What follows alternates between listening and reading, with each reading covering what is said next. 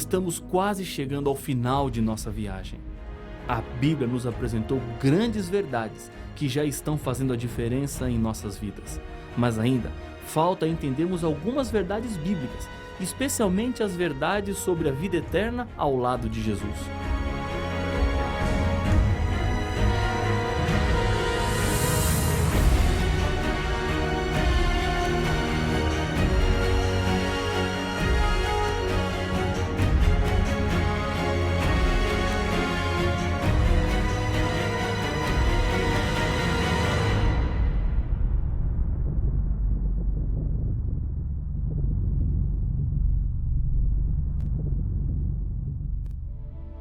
O livro do Apocalipse está cheio de promessas ao vitorioso. Isso quer dizer que a vitória é possível. E a nossa vitória não está nas nossas próprias forças ou capacidades. Somos vencedores por meio de Jesus Cristo. Em Hebreus capítulo 11, verso 16, a Bíblia nos diz que Deus preparou uma cidade para os vencedores, ou seja, os filhos fiéis de Deus. Já em Apocalipse capítulo 3, verso 12, a Bíblia nos diz que o nome dessa cidade é Nova Jerusalém. A cidade descerá dos céus ao fim dos 1000 anos, em que os salvos estarão com Jesus no céu, participando do juízo de comprovação, e os perdidos estarão mortos sobre a terra. O diabo estará em uma prisão, pois não haverá quem tentar. Tentar imaginar o que será viver na Nova Jerusalém é um verdadeiro desafio à nossa imaginação. Mas essa cidade é real. O Senhor Jesus prometeu um lugar para aqueles que se salvarem. Na casa de meu Pai há muitas moradas. Se assim não fora, eu vou-lo teria dito, pois vou preparar-vos lugar. João, capítulo 14 e o verso 2. Paulo, falando sobre as coisas que Deus tem preparado para os seus filhos, apresenta um texto usado pelo profeta Isaías, que diz: nem olhos viram, nem ouvidos ouviram, nem jamais penetrou em coração humano o que Deus tem preparado para aqueles que o amam. 1 Coríntios capítulo 2, verso 9. O livro do Apocalipse descreve a cidade, inclusive o seu tamanho. Segundo Apocalipse capítulo 21, verso 16, a cidade tem 12.000 estádios de comprimento. Cada estádio tem cerca de 180 metros, o que daria 2.160 quilômetros de comprimento. Em Apocalipse capítulo 21, verso 27, temos a garantia de que na Nova Jerusalém estaremos rodeados de paz e segurança, onde nela nunca jamais penetrará coisa alguma contaminada, nem o que pratica abominação e mentira, mas somente os inscritos no livro da vida do Cordeiro. Por isso, nem todas as pessoas poderão entrar nessa cidade.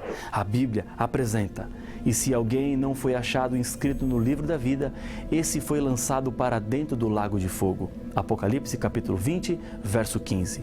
Existem algumas características dos perdidos demonstradas na Bíblia, como por exemplo em Apocalipse capítulo 21, verso 8, que apresenta: quanto, porém, aos covardes, aos incrédulos, aos abomináveis, aos assassinos, aos impuros, aos feiticeiros, aos idólatras e a todos os mentirosos. Isso significa que estarão perdidos todos os que não renunciaram ao pecado em suas diferentes formas. É preciso escolher abandonar o mal. Todos esses são os que participarão da segunda ressurreição e, ao final dos 1000 anos, tentarão invadir e tomar a cidade santa. Mas o Apocalipse nos diz que essa tentativa não terá sucesso, porque fogo descerá do céu e consumirá a todos. O livro do Apocalipse também nos apresenta as características daqueles que se salvarão. São 5 textos em especial. Bem-aventurado aqueles que lavam as suas vestiduras no sangue do Cordeiro, para que lhes assista o direito à árvore da vida e entre na cidade pelas portas. Apocalipse capítulo 22, verso 14. Em Apocalipse 7,14, a Bíblia diz que são estes os que vêm da grande tribulação, lavaram suas vestiduras e as alvejaram no sangue do Cordeiro. No capítulo 15, verso 2, vi como que em um mar de vidro, mesclado de fogo, e os vencedores da besta, da sua imagem e do número do seu nome, que se achavam em pé no mar de vidro, tendo harpas de Deus. No capítulo 2, são 2 versos. Ao vencedor, dar-lhe-ei que se alimente da árvore da vida que se encontra no paraíso de Deus. Apocalipse capítulo 2, o verso 7. Sê fiel até a morte e dar-te-ei a coroa da vida. Apocalipse, capítulo 2, verso 10. Essas pessoas venceram a besta. Por trás da besta está o dragão, que é o diabo, inimigo de Deus. Ele seduz, engana, cativa, vicia e depois destrói. Ele nunca se mostra como realmente é. Esconde-se atrás daquilo que aparentemente é inofensivo. Ele sabe como chegar até você. Para alcançar o seu coração, tudo vale. Uma filosofia, um filme, um ritmo, qualquer coisa.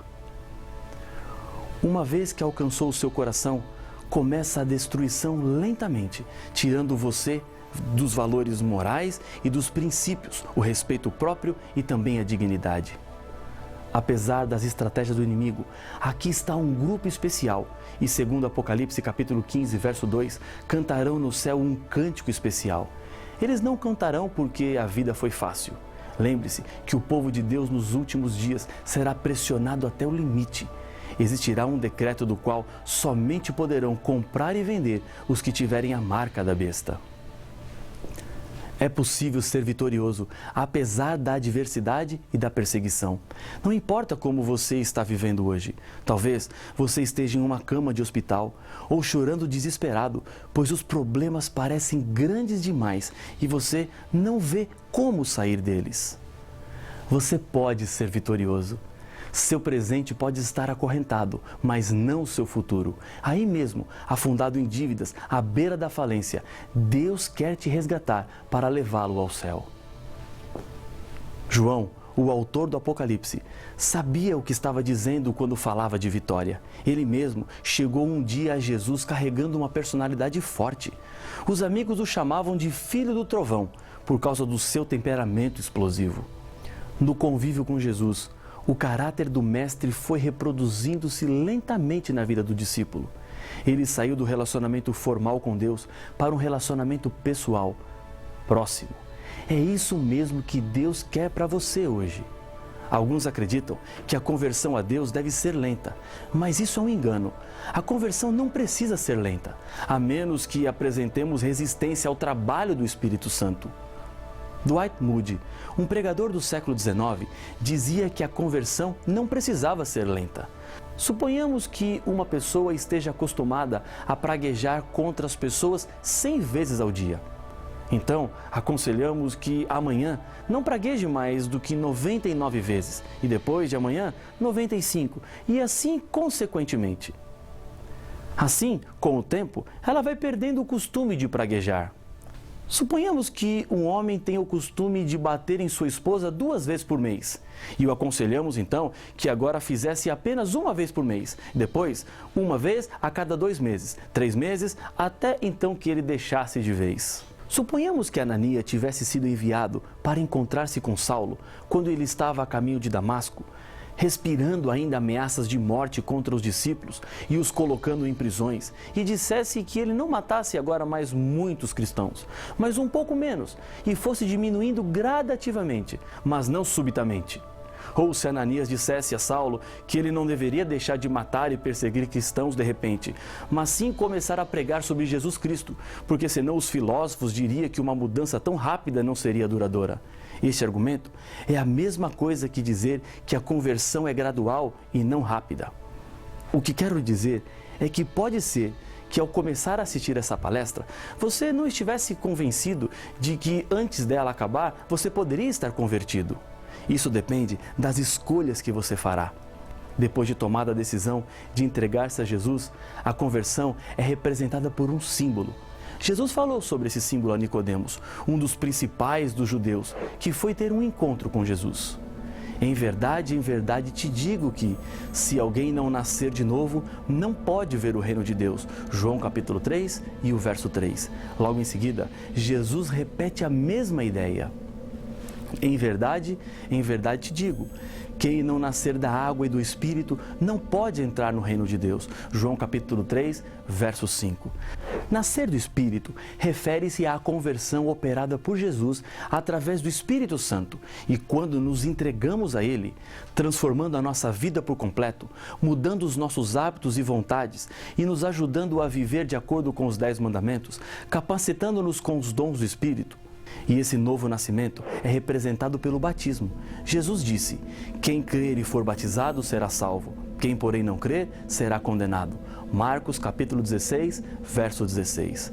Há muita confusão quando o tema é batismo. A Bíblia é a resposta e não o que as pessoas acham ou pensam. Jesus foi batizado por João Batista. Mesmo sem pecado, Jesus batizou-se para nos dar o exemplo. Como ele fez, assim também devemos fazer. Jesus começou o seu ministério com o seu batismo. Podemos dizer que esse foi o batismo modelo. Acompanhe a leitura do texto bíblico, pois aqui estão os princípios que envolvem esse novo nascimento. Por esse tempo, dirigiu-se Jesus da Galiléia para o Jordão, a fim de que João o batizasse. Ele, porém, o dissuadia, dizendo: eu é que preciso ser batizado por ti, e tu vens a mim? Mas Jesus lhe respondeu: deixa por enquanto, porque assim nos convém cumprir toda a justiça. Então, ele o admitiu. Batizado Jesus, saiu logo da água, e eis que se lhe abriram os céus, e viu o Espírito de Deus descendo como pomba, vindo sobre ele. E eis uma voz dos céus que dizia: este é o meu Filho amado, em quem me comprazo. Mateus capítulo 3, versos 13 a 17. O primeiro ponto a ser ressaltado é que Jesus foi para o Jordão para ser batizado. Em outras palavras, batismo envolve decisão pessoal. Só pode ser batizado quem quer ser batizado. Pode um bebê escolher ou decidir-se pelo batismo? Então, ele só poderá ser batizado no dia em que tiver condições de decidir-se. Outra consideração importante é que Jesus foi batizado no Jordão por uma razão. Ora, João estava também batizando em Enom, perto de Salim, porque havia ali muitas águas, e para lá concorria o povo, e era batizado. João capítulo 3, verso 23. Batismo é uma palavra grega que significa mergulhar. Os gregos usavam essa palavra para tingir roupas. Isso quer dizer que não é possível batizar uma pessoa sem que ela seja mergulhada na água. Existe o chamado batismo por aspersão, onde se joga apenas um pouco de água sobre a cabeça da pessoa. João não jogava água sobre as pessoas, mas levava onde havia muita água e elas eram mergulhadas. O cardeal Gibbons escreveu: por vários séculos, depois do estabelecimento do cristianismo, o batismo era por imersão, mas desde o século XII tem prevalecido a prática do batismo por aspersão. Desta maneira, é colocada como menos inconveniente. Na Idade Média, por causa do frio, estabeleceram finalmente a aspersão por ser mais conveniente. Mudou-se a maneira de batizar por nossa conveniência e não pela vontade de Deus. Mas o que a Bíblia diz sobre isso? Há um só Senhor, uma só fé e um só batismo. Efésios capítulo 4, verso 5. Há apenas um. É algo específico. O batismo tem um simbolismo e não fui eu quem inventou, mas Deus foi quem deu. Quando Deus apresenta um símbolo, ele é específico e exato. Veja o exemplo na história de Caim e Abel. Abel trouxe um cordeiro, símbolo de Jesus. Caim trouxe frutas. Caim mudou o significado de sua oferta. Por isso, Deus não aceitou. Aquilo não era o que Deus havia pedido. O santuário terrestre era um símbolo. Foi construído como Deus mandou que fosse construído, pois cada uma das partes tinha um significado muito maior do que aqueles que os olhos podiam ver. Deus fala a outras pessoas através de símbolos. É como uma história que ouvi certa vez. Um rapaz estava noivo e foi convocado para a guerra. De lá, ele mandava cartas à sua noiva, mas devido às muitas mudanças de lugares, nunca recebeu nenhuma carta dela. Antes de voltar para casa, ele avisa sua noiva: estou voltando, e se você ainda me ama e me espera, coloque um pedaço de pano amarelo na frente da sua casa, pois assim saberei que você ainda é minha noiva, senão eu entenderei. Quando ele chegou, tinha um lençol amarelo na frente da casa e um monte de tiras amarelas. Como ele escreveu, a prova de amor tinha que ser amarela. Se ela colocasse verde, azul ou qualquer outra cor, ele entenderia que ela não o amava mais. Não era qualquer lençol, mas tinha que ser amarelo. Os símbolos são importantes e devem ser mantidos como foram pedidos. Se mudarmos o símbolo, o significado também mudará.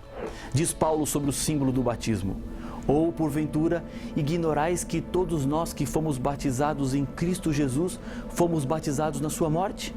Fomos, pois, sepultados com ele na morte pelo batismo, para que, como Cristo foi ressuscitado dentre os mortos pela glória do Pai, assim também andemos nós em novidade de vida, sabendo isto, que foi crucificado com ele o nosso velho homem, para que o corpo do pecado seja destruído e não sirvamos o pecado como escravos. Romanos capítulo 6, versos de 3 a 6.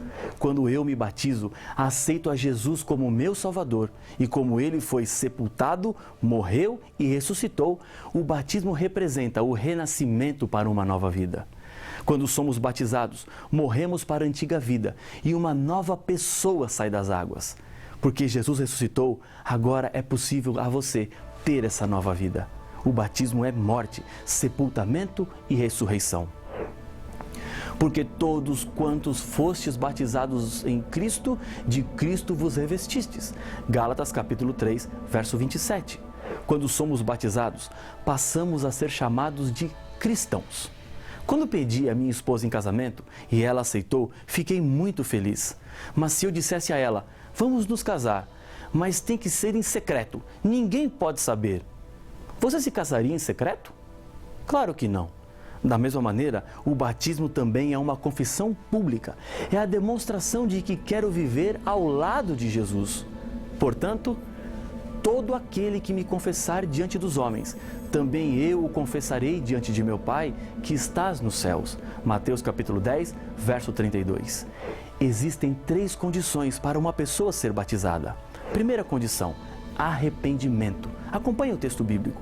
Respondeu-lhes Pedro, arrependei-vos e cada um de vós seja batizado em nome de Jesus Cristo para a remissão dos vossos pecados e recebereis o dom do Espírito Santo. Atos capítulo 2, verso 38. Arrepender-se significa mudança de pensamento. É a decisão de deixar para trás tudo aquilo que desagrada a Deus e passar a andar de acordo com a vontade dele. Segunda condição, crer. Disse-lhes Paulo, João realizou o batismo de arrependimento, dizendo ao povo que cresce naquele que vinha depois dele, a saber, em Jesus. Atos capítulo 19, verso 4. Se você crê e está disposto a fazer a vontade de Deus, você pode ser batizado. Agora, se alguém diz, eu creio, mas eu não me batizo, na verdade, não crê tanto quanto pensa crer. É como o noivo que diz à noiva, eu te amo, mas eu não me casarei com você. Terceira condição, entendimento. Veja esse texto bíblico. Jesus, aproximando-se, falou-lhes, dizendo, toda autoridade me foi dada no céu e na terra. Ide, portanto, fazei discípulos de todas as nações, batizando-os em nome do Pai, e do Filho e do Espírito Santo, ensinando-os a guardar todas as coisas que vos tenho ordenado. E eis que estou convosco todos os dias, até a consumação do século. Mateus capítulo 28, versos 18 a 20. Ao compreender a verdade de Deus, espera-se que uma decisão seja tomada. Um passo precisa ser dado. As revelações de Deus não são apenas para serem admiradas, mas elas precisam ser vividas. O que impede você de ser batizado? Não perca mais tempo. Decida agora nascer de novo, porque Jesus Cristo está esperando para te dar uma nova vida. Depois de tudo que você entendeu, depois de tudo que estudamos, este é o momento no qual a decisão precisa ser tomada. Jesus te espera. Ele tem um céu para lhe dar. Eu sei da sua decisão e para confirmá-la, eu quero lhe convidar mais uma vez a fechar os seus olhos e orar comigo. Senhor Pai nosso, mais uma decisão foi aqui tomada. Um coração que se entrega, que se coloca nas tuas mãos para receber a nova vida através do batismo e da salvação na volta de Cristo Jesus. Abençoe esta decisão, é o que eu lhe peço no nome de Jesus. Amém.